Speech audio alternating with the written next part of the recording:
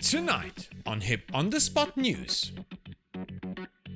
The Strike Eagle is shining on the horizon in DCS World. Third-party developers get into Microsoft Flight Simulator. ED updates their progress for 2023. And the Supercarrier has more reasons to be super. This and more on How I Play.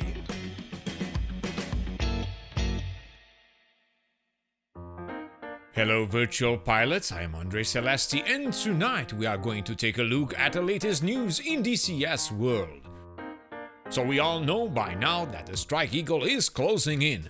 We are getting a pre-order option on the 3rd of February, just in time for our giveaway. More information about that later in this video. We also know from Razbam that the price will be $79.99. The pre-order will feature a 30% discount, meaning around $55.99. And the early access release, a 20% discount, bringing the Eagle at $63.99. But what do you guys think about the price? Is it a good one? Leave your comments down below. We will update you at every step here on the channel about the Strike Eagle release. Last week, ED announced that they are back at work, and we are eager to see the future updates and releases for our favorite platform. And we got a decent sized list for current modules that are and will be updated in the nearby future. So let's take a look. For the FA-18C Hornet, the flight model and FCS continues to be enhanced, with flight performance and handling characteristics, which will include a complete review of the flight model in ground effect. They are also planning to do a refactor for the landing gear mechanics in order to enhance landing realism as well as touch and go behavior. Nice! Meanwhile, the radar will get more improvements, better said, a refactoring process that will address key elements like PRF, scan azimuth, and more in order to offer improved detection and target tracking simulation. Every time I read the newsletter, I feel like one of those generals getting briefed on what new improvements our engineers are working on for our weapons. Maybe it's just me. Do you guys feel the same? And speaking of weapons, for JDAM and JSAW, we will get the ability to loft for extended range. They plan several HUD and HSI changes to enable this enhanced delivery profile. We are getting a new pilot model with corrected kit elements and more lifelike animations. New fuses that can be programmed while airborne, updates to the ALR-67 radar warning receiver with new symbols and enhancements like emitter jamming, flare and harm assignments, and different radar types.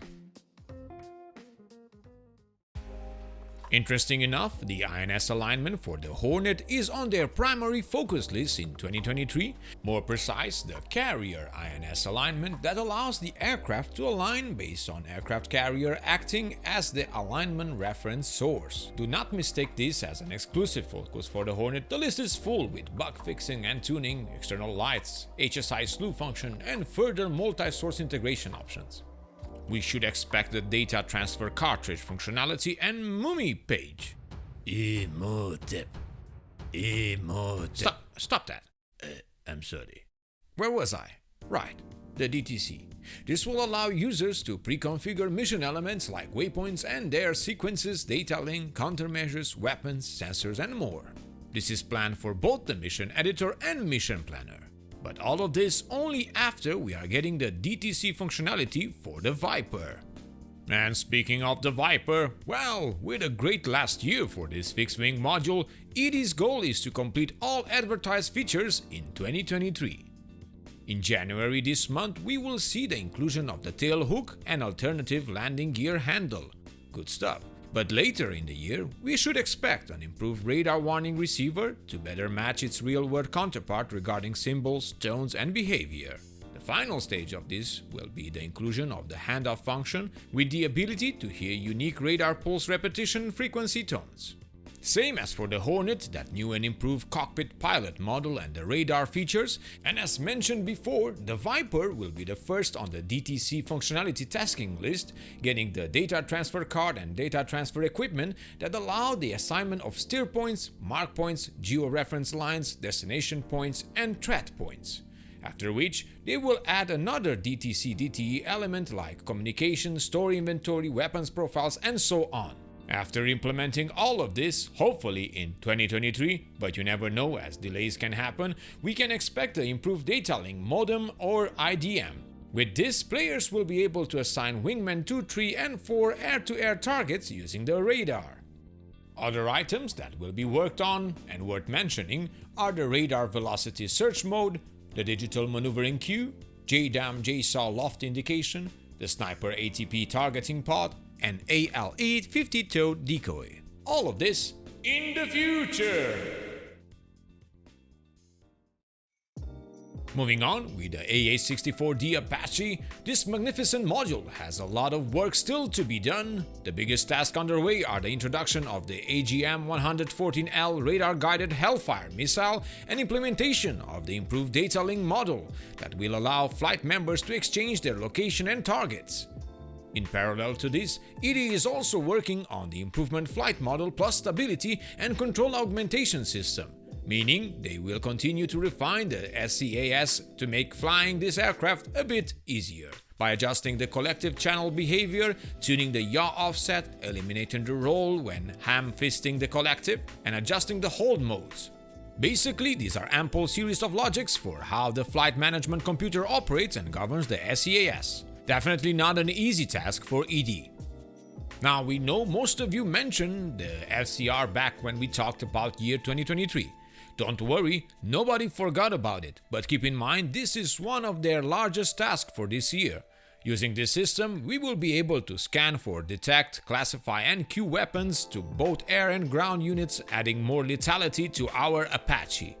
This is the moment when that general getting briefed gets a bit angry and slams the table saying, "We need this as soon as possible." But the engineers kindly assure him that they are working on it. Maybe I watched too many movies. Sorry about that. Moving on with the laser spot tracker functionality for the Apache, we will be able to detect and track a laser from an off-board designation source like another aircraft or JTAG. I know many of you are waiting for this one.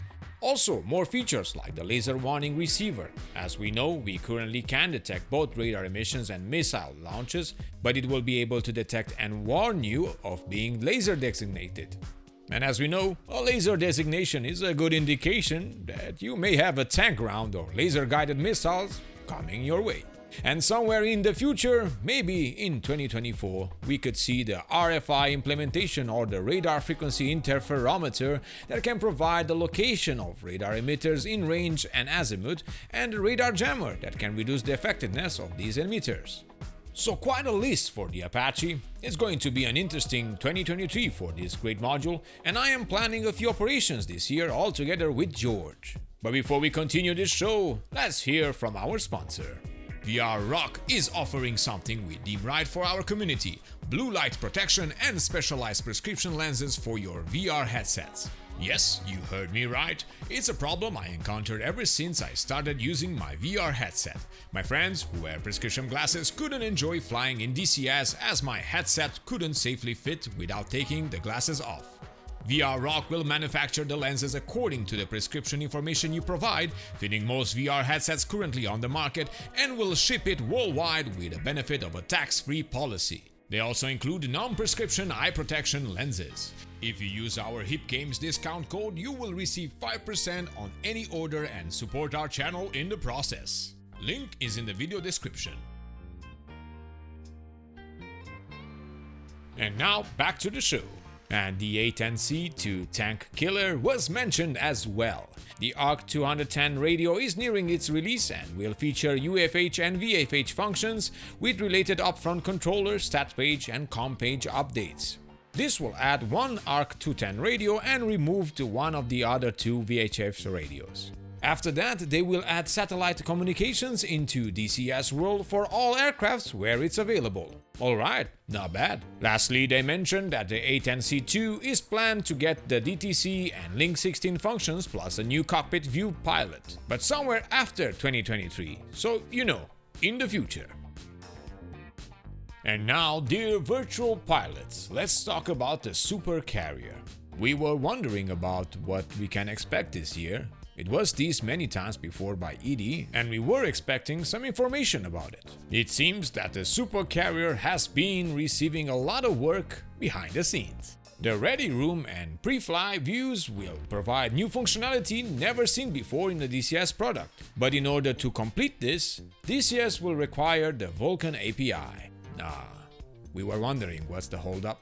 ED explains. Both rooms will be a 3D environment that supports VR and voice chat and allow you to do the following.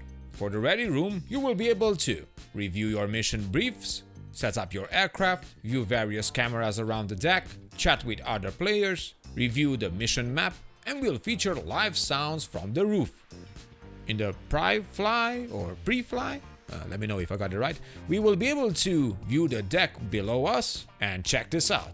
Direct the carrier's heading and speed with wind indications, control deck lighting, view the platcam, and plotting map. Sounds really cool, alright? And according to ED, the next big step is to add plane captains next to the aircraft that pass the pilot to a series of plane directors that will route the aircraft from its parking spot to the assigned catapult. Upon landing, yellow shirts will direct the aircraft from the landing box to its assigned parking location or back to a catapult. Come on, that's really cool. So, Vulkan API in 2 weeks, please? Just kidding. Natasha, add those TM after my 2 weeks joke, so everybody knows that it was a joke. What? Yeah, I forgot. We don't do that joke anymore. Yeah, sorry, my bad. So a lot of things are being worked on in 2023 alongside many others we already covered in our previous videos. In other news, Heatblur Simulation and India Fox Echo just announced the development of the F-14A and B Tomcat for Microsoft Flight Simulator. Yeah, gotcha. Surprised? So yeah, for those of you thinking this could be bad, not quite. Not quite at all. Let me explain. It is not unheard of a third-party developer to release products for multiple platforms. Take for example P3D and X-Plane 10 or 11, now 12. Man, does time fly. Multiple developers have continued to release products for different platforms, sometimes with the same release date. Now that Heatblur releases the great F-14 Tomcat in Microsoft Flight Simulator, we can expect the other third party to do the same. Remember, they do work on these models for many years, and branching into different platforms can bring more funds and better development tools. What you need to remember is that these developers are passionate about their projects. DCS has its own spot in this flight sim market, a special spot. Do not fear Microsoft Flight Simulator, and that Earth map is on its way. One day. And with that being said, let's move on with our Strike Eagle giveaway. As you already know, in order to participate, you need to be subscribed to our channel, like our videos that we publish from now on, comment on them, and you will be included in the January giveaway selection that will take place by the end of the month. Once a winner is chosen, we will post the results and you will be messaged in order to ship the Strike Eagle module for DCS World, standalone or Steam, no problem. And that's it. Thank you all for watching. If you want to support the channel, at your request we created a Patreon page with a few benefits for our subscribers. A special thanks for our first Patreon member, our dear Rhinox, got the most valuable package and became a HIP pilot. Remember to leave us a like if you find our video informative and subscribe to keep in touch with all the latest news on your favorite simulators and games. I am Andre Celesti, reminding you to fly safe, and I'll see you next time.